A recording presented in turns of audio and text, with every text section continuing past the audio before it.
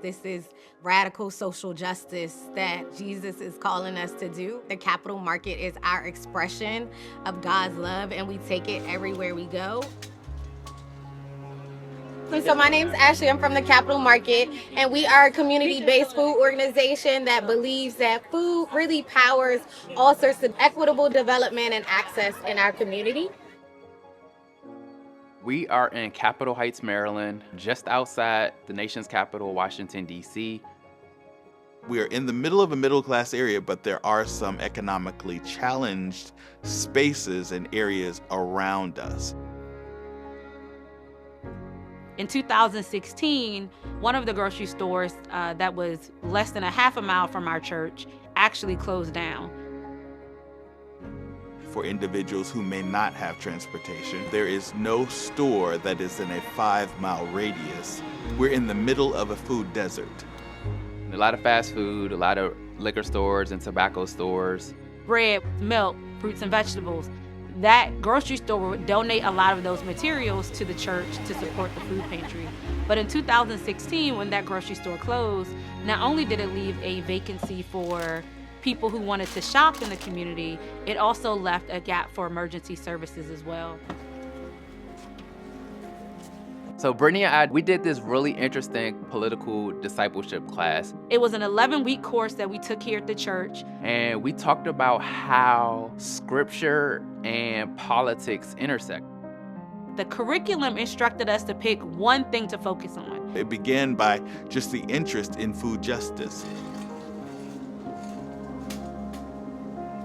We started this market with shoestring and gum. We had like a little tent and a couple of vendors, and people were very much skeptical, right? People never thought that a farmer's market could exist in Capitol Heights. Typically, people associated farmers markets with more affluent community. Some of the farmers were like, we have other markets that are more stable in other neighborhoods that are going to support what we're harvesting. And so we went all around the county, farm by farm. We spent a lot of time building relationships with people and trying to learn more about their businesses, trying to connect them with resources that we knew about. And over the years, we've been able to meet and build beautiful relationships with farmers that are really loyal to us. And they're like, we're going wherever you're going.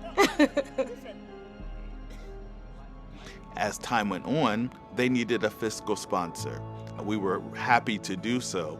We absorbed and adopted them as a ministry of the church. So it became a part of our evangelism as well, to say, after church, where are we going? We're going to the farmer's market. We are being church outside of these walls and not just having church. By combining, it's helping the church continue to thrive and grow. It was a win-win for both the church and the Capital Market. Ashley and Brittany are sisters, and Kyle is their first cousin. Kyle was raised with us almost like he was our brother.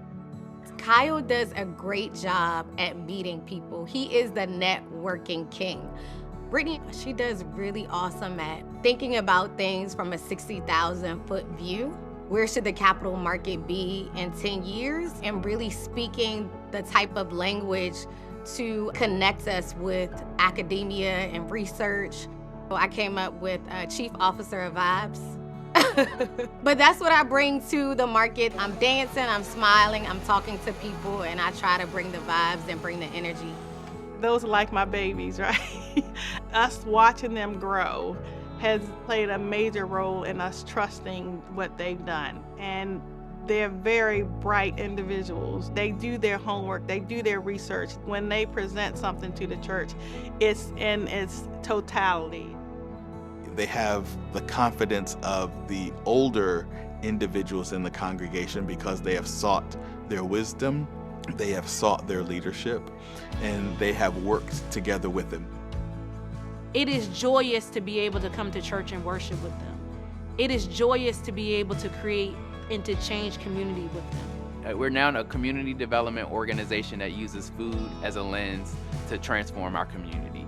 But we're also bringing in elected officials. We've been bringing in business owners and CEOs and nonprofits that are investing in this vision, not just with their time and energy, but with their money that allows us to really expand the program and expand our impact.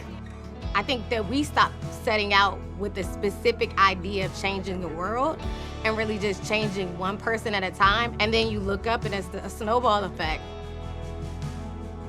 God is here. We are living into our mission. This is where God is calling for us in this season. The spirit of the market is very much seed planting, and there are people in the future that will benefit from the work that we're doing today.